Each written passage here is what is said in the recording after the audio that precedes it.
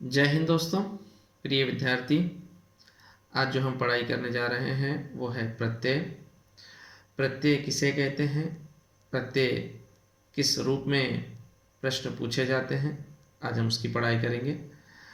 अगर हम पिछले जो परीक्षाएं हुई हैं उन परीक्षाओं के प्रश्न पत्रिकाओं को अगर ध्यानपूर्वक देखें तो उसमें हमें पता चलेगा कि प्रत्यय किस रूप में प्रश्न के माध्यम से पूछा जाता है। तो चलिए, प्रत्यय क्या है, किस तरह से इसे लिखना चाहिए, हम उसके बारे में पढ़ाई करें।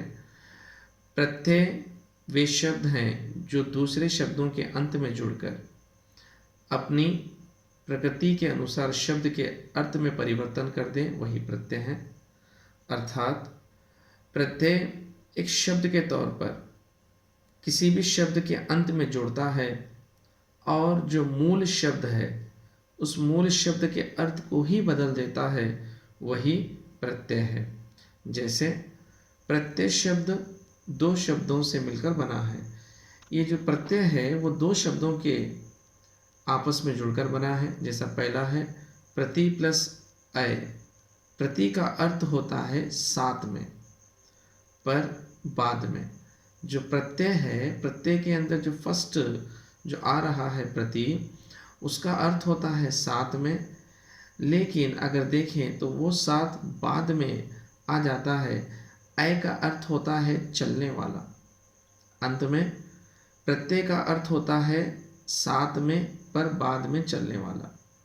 अर्थात प्रत्यय किसी भी मूल शब्द के पहले ना आकर पीछे आता है और पीछे जुड़कर नए शब्द का निर्माण करता है। जैसे प्रत्यय का उदाहरण क्या है, वे एक अविकारी शब्द, इस शब्दांश है जो अंत में जुड़ता है।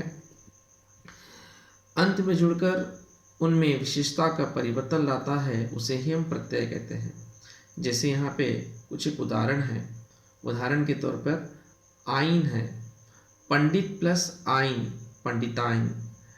आइन शब्द का कोई खास अर्थ नहीं है, लेकिन जो शब्द पंडित शब्द के पीछे लगता है और एक नए शब्द का निर्माण करता है, जैसे पंडित, और पंडित के पीछे अगर आइन लगे तो पंडिताइन हो गई। और पंडिताइन का अर्थ होता है यहाँ पे एक पंडित की पत्नी या कोई एक औरत को हम संबोधित कर रहे हैं पंडिताइन कहकर।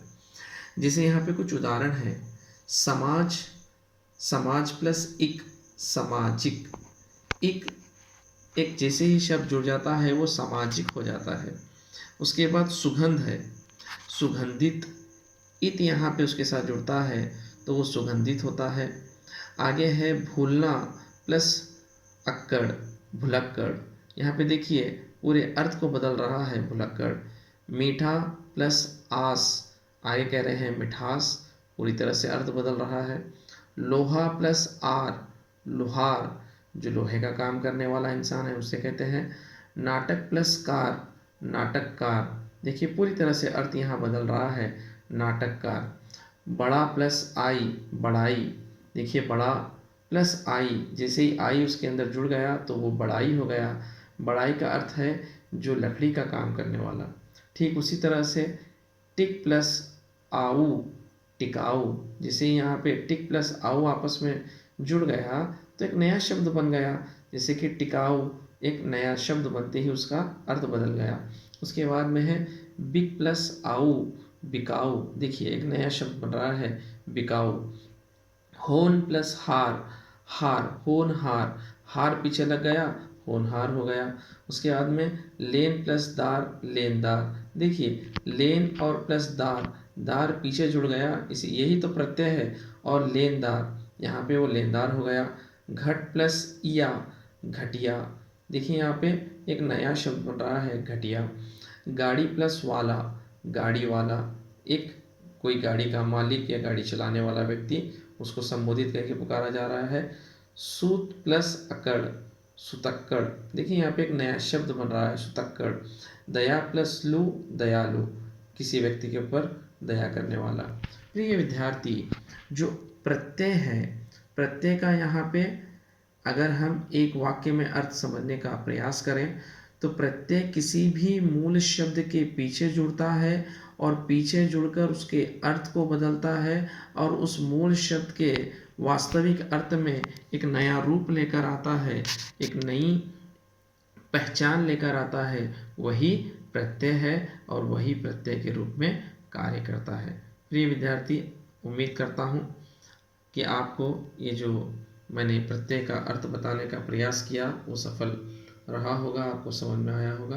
अगर समझ में आया तो कृपया करके आप इस ज्ञान को दूसरों तक, दूसरे आपके जो दोस्त हैं उन तक पहुंचाने का प्रयत्न करें और मेरे इस चैनल को भरपूर प्यार दें।